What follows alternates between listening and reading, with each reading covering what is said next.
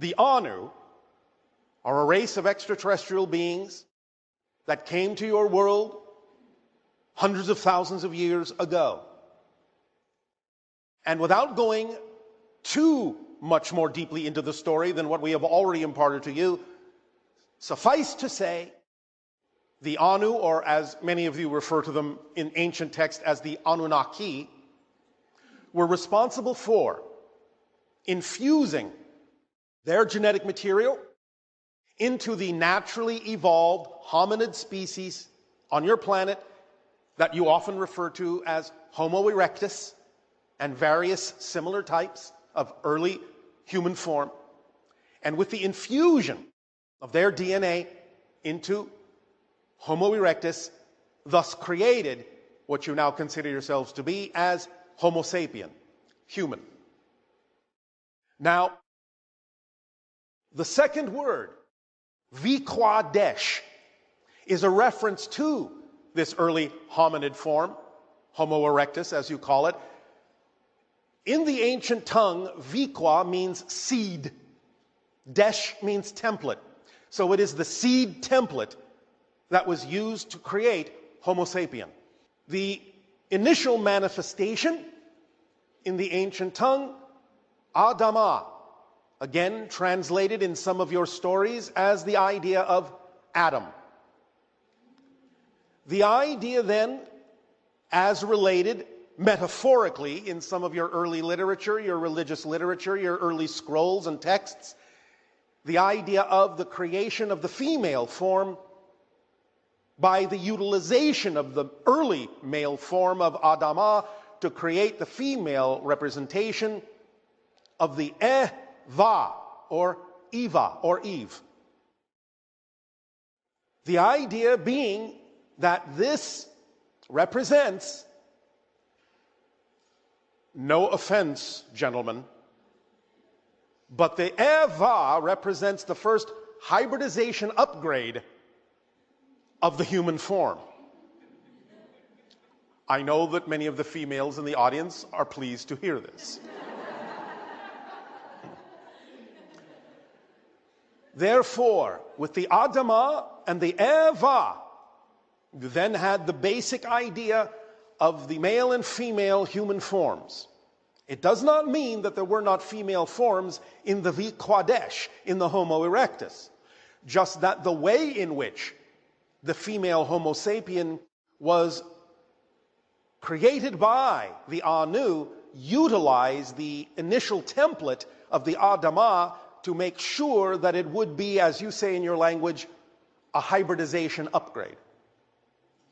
Now, once that existed, once the human forms existed in what you recognize as your present male and female forms, and the human race began to flourish and replicate and spread, remember that we have told you the story of another parallel Earth reality that destroyed their world, and that the humans on that world became mutated into the form you call the Greys. And because they had mutated in such a way, hybridized themselves in such a way to be able to survive on their destroyed version of Earth, they were no longer able to reproduce. And they knew that they would die out if they did not seek out somehow, somewhere, a viable source of still existing human DNA. They used their advanced technology, as we have told you before, to tunnel into various parallel reality versions of Earth, including yours, to find viable human DNA, to infuse with themselves to create hybrid civilizations that would allow their culture to continue and not die out.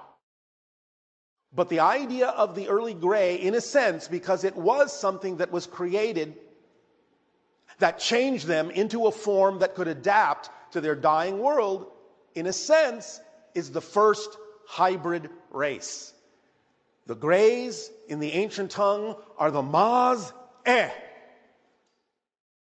The Maz-eh are what came into your parallel reality and began the hybridization agenda. So the Maz-eh, the Greys, formed the first hybrid race.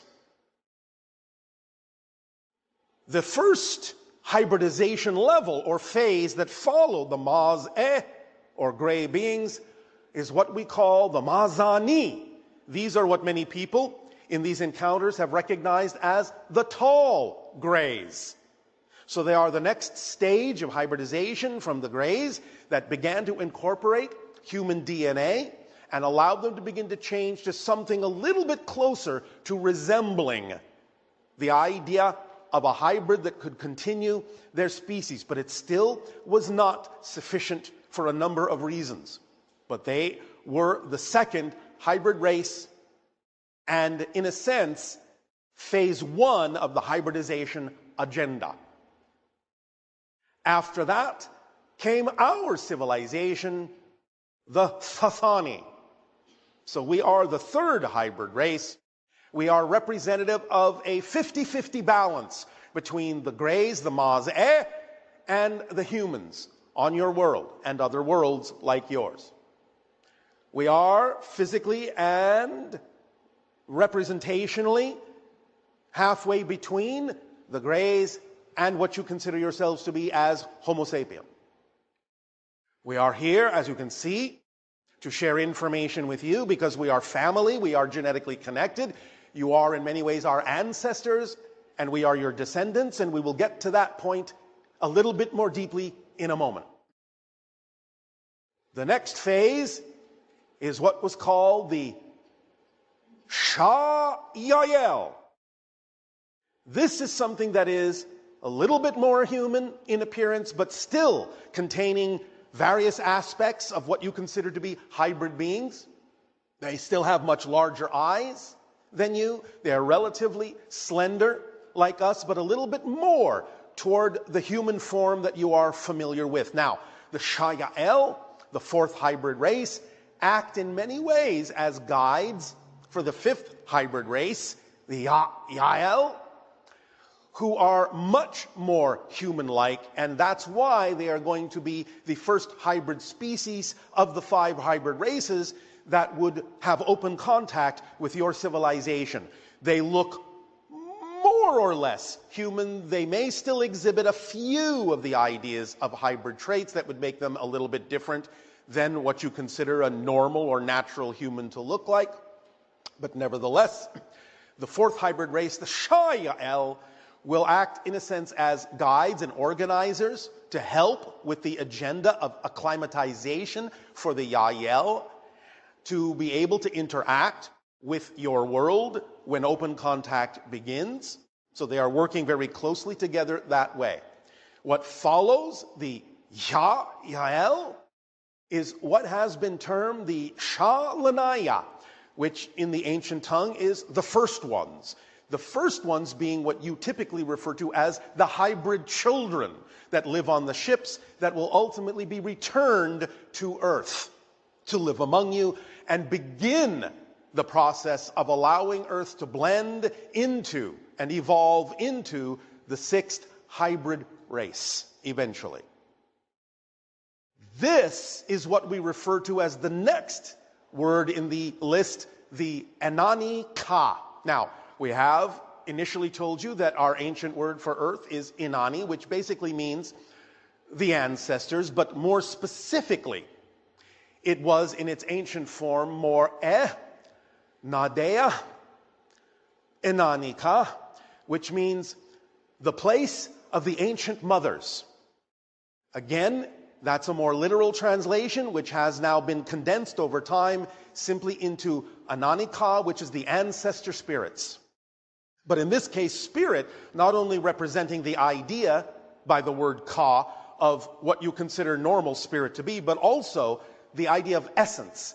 And in this case, a literal reference to DNA.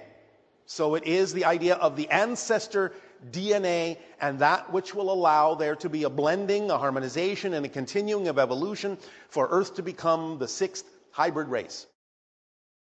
Now, we have previously also told you that there would be ultimately a seventh hybrid race that would be a blending of all the other 6.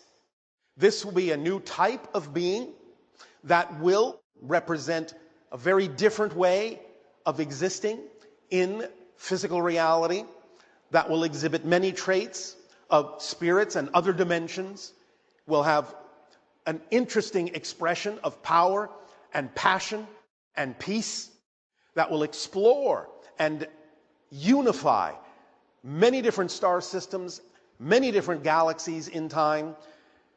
So Earth is forming the last foundational component for the seventh hybrid race, which on the list is referred to as Het, or Anu Het, which means they are the conclusion of the cycle, the grand cycle that was begun by the Anunnaki and ends with the Anu Het, and brings forth a new species, as we said, of power, passion, and peace. Now, this all goes toward the understanding of the real transformation that's taking place on your planet. This entire cycle is really what the transformation is all about. This upgrade, this uplift, this ascension into new forms, new expressions of great power and passion and peace and benefit and creativity and unconditional love that can ignite a new wave of experience and a new series of civilizations within your star system, other star systems, and the galaxy and other galaxies. This is the beginning of a new cycle with the Anu Het, a new form of the Anunnaki for a different purpose of expanding creation in a new and unique way, in a much broader way, in a much more expanded way. And this then brings us to be capable this day of explaining to you that in terms of our gifts of sharing information with you, this is the true gift that we bring you. Because by being able to share with you all of these different principles and help you understand the nature and structure of existence in the form that we have expressed it as a type of instruction manual and tool kit that allows you to more easily apply these principles in your physical reality and make the kinds of positive and powerful changes that you wish to make in your lives. The real gift is that because we noticed that your planet was heading down the same path as the alternate Earth that destroyed themselves and turned into the Greys, the Maz-E, the real gift is that in giving you this information, which the other world did not have, the other Earth did not have, with this information, you get to skip all the intervening phases, the Maz-E, the Maz-Ani, the Sasani version of yourselves, the Shayayel, the Yayayel, the Shalanaya. You get to go straight from the idea of being human into being Enani-Ka, the uplifted version of yourselves, skipping over literally thousands of years of necessary evolution.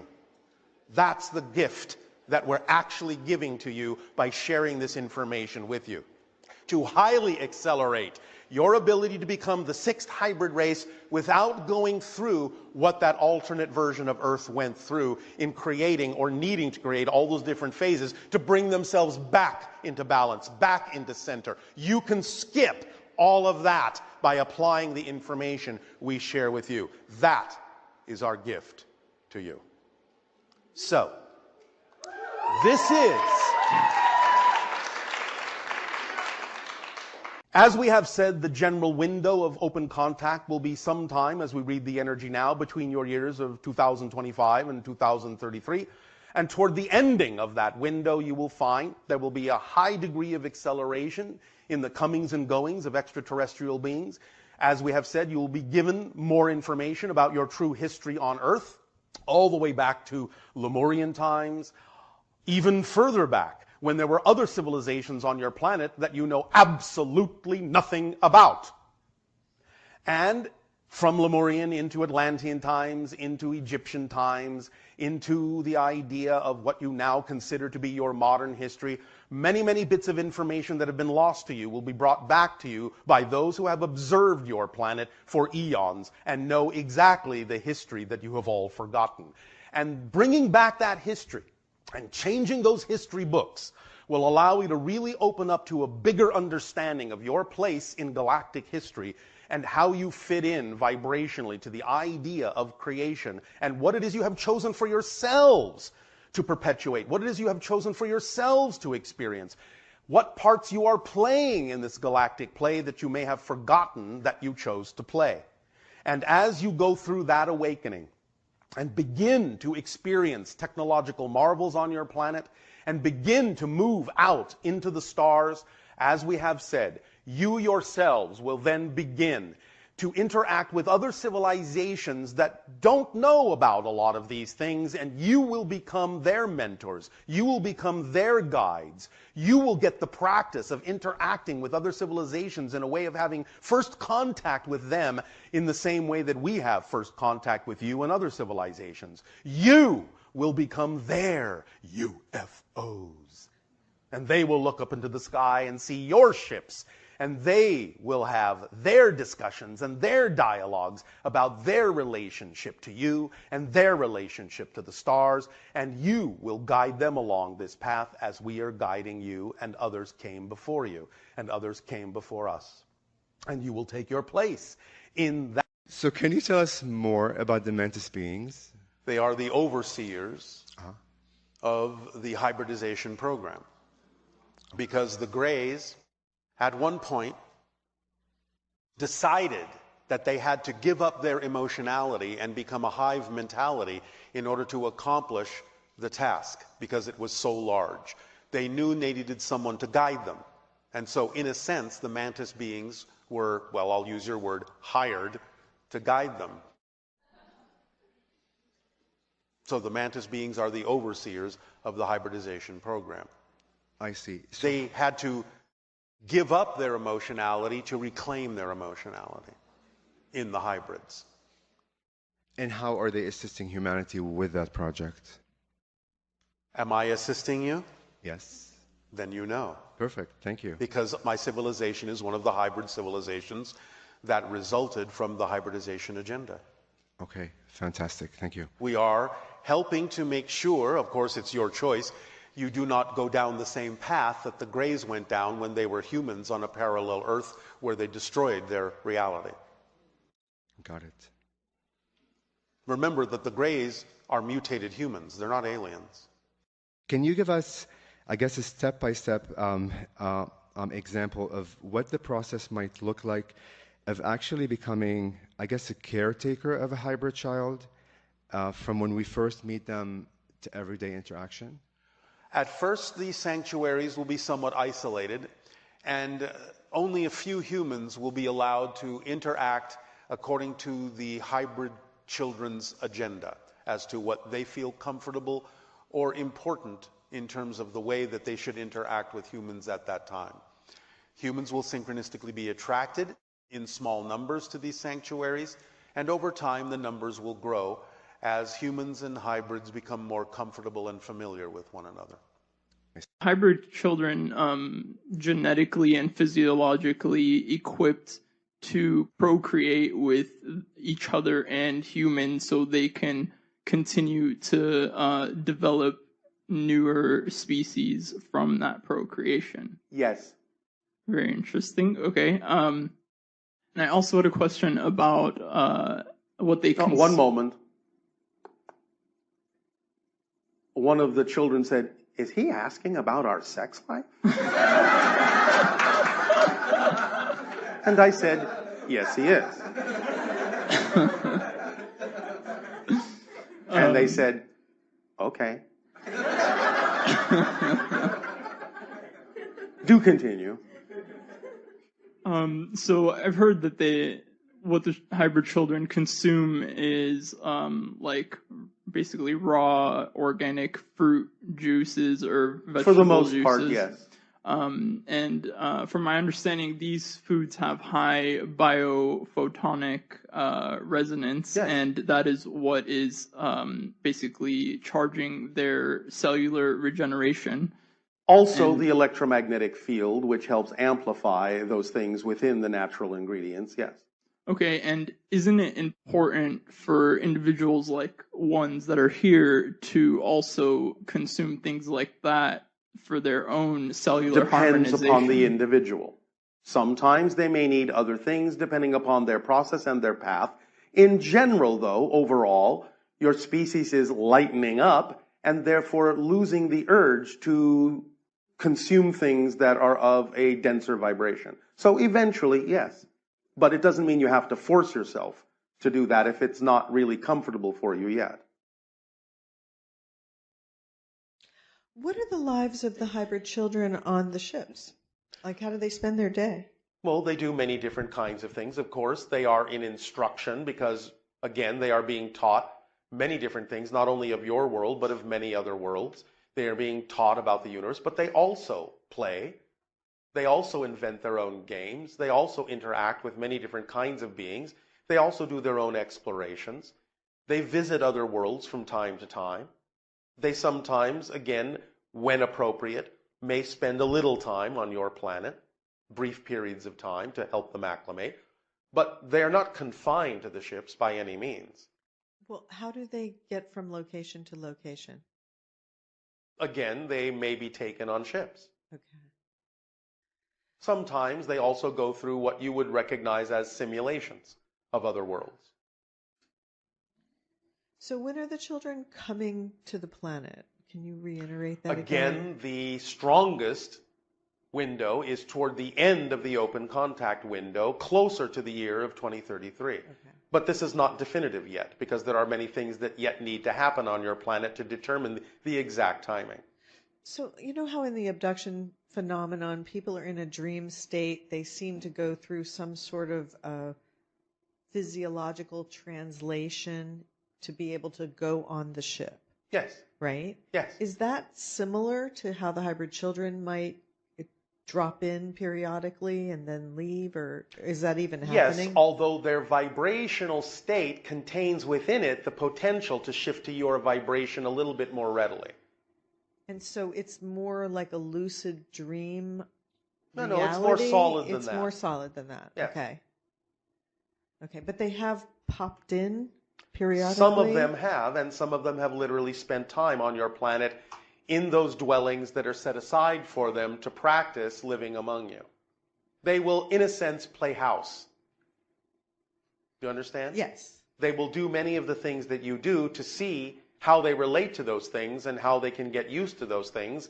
And then they will make up their own minds as to what is relevant for them to participate in. So when they do join you, you will find that some of them may do some of the same things that you do, and some of them may not do many of those things. You may find hybrid children will simply never watch a TV show with you. You may find that a hybrid child may never eat with you. And some of them will want to eat with you all the time. Some of them will really want to investigate the idea of those TV shows. It depends on the child. It depends on what it is they believe they are getting out of it, what they are learning. So it will take some getting used to on both sides. But they will have their own attractions. They will know what path they need to walk. And it will be a journey that you can all take together that will be very instructional in both directions and will open you up to more understandings and more perspectives of things as you open them up to more understandings and perspectives of things. It seems like they are growing up in a group setting where they are all with other children, lots of other children, more of a communal more often kind than not, of environment. but again, they are sometimes left to their own devices to learn how to function as an individual. As far as when the hybrid children do come here, Yes. are any of these entities, any of these other life forms on our planet going to step up and be teachers to them? Because maybe I have the wrong impression, but I see entities such as the nature spirits and Yes. that they would, in a way, because they are ancient energy forms, that they might actually come forward and be teachers to the hybrid children. Yes, this is why it's expressed in the idea that is the story that was created about Willa Chrissing, where the idea of future hybrids constantly interact with nature spirits in different forms. They can perceive them. They have the senses to perceive them, and the nature spirits understand that and present themselves to them. And there can be an exchange of information. It's not just about the nature spirits teaching the hybrids. the hybrids have things to share with the nature spirits as well.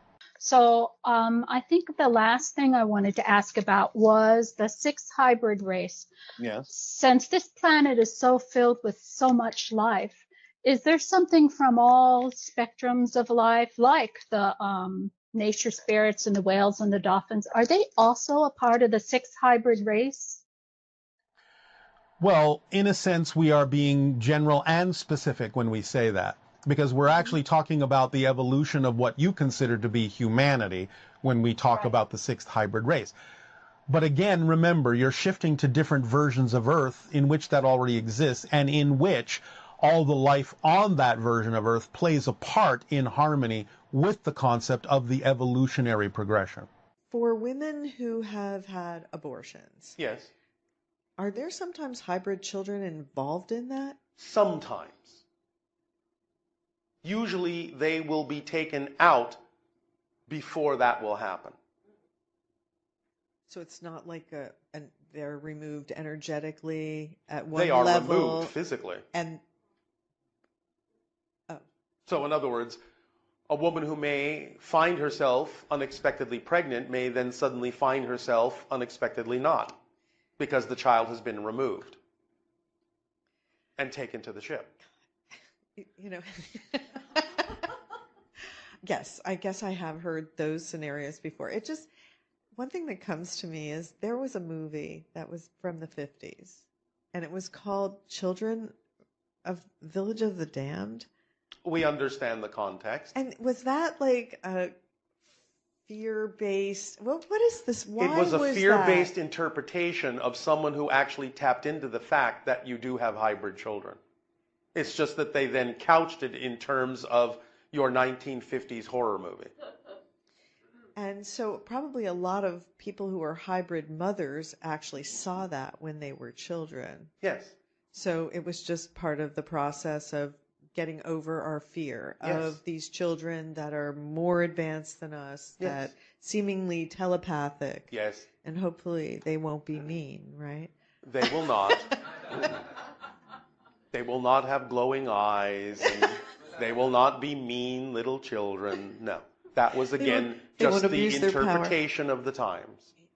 Okay, because it seems like it is reflecting some of the things that humans may have concerns about, with the children, because they're more advanced. But this is why the program is going at the pace that it's going, so that there is acclimatization, so that you can get used to each other, so that you understand there is nothing to be afraid of, so that you understand that these are your children, they are your family, and you are theirs. And you will have a very different interpretation and a very different experience now in what you call your 21st century. I started to see like these three beings. They were kind of transparent, and they had like, the big eyes and the big head. But once that happened, I became so fearful, it just completely stopped. Yes, but you can get used to this knowing that it's your choice too to experience this, because you're part of the agenda that allows you to know that you exist between two worlds. Yes. Yes. And afterwards, I just started to see a lot of vibrant colors. I started to do things I never thought I could again. Yes, you'd been upgraded vibrationally. You'd been aligned vibrationally. So I was wondering, like, who these beings were. What kind of connection do I have with them? Do you understand the hybridization agenda? Sort of, yes. All right. Well, they were quasi-gray beings, but in a slightly altered state, in between your reality and theirs, which is where they brought you. As we often say, many of these encounters happen in a slightly altered vibrational reality other than what you consider to be your physical reality. It still has traits of physicalness, but it's not your particular dimension. Many people are brought there because it's easier to help align people vibrationally in that particular state. So they understood that you needed some alignment. They were willing to help with that because you're part and parcel of their particular project as well. Okay. So would that mean I would have hybrid children? Yes. Oh, okay. Is there a way I could connect with them more? Yes. Use your imagination. When you think of the idea of hybrid children, how do you feel? Nurturing. All right.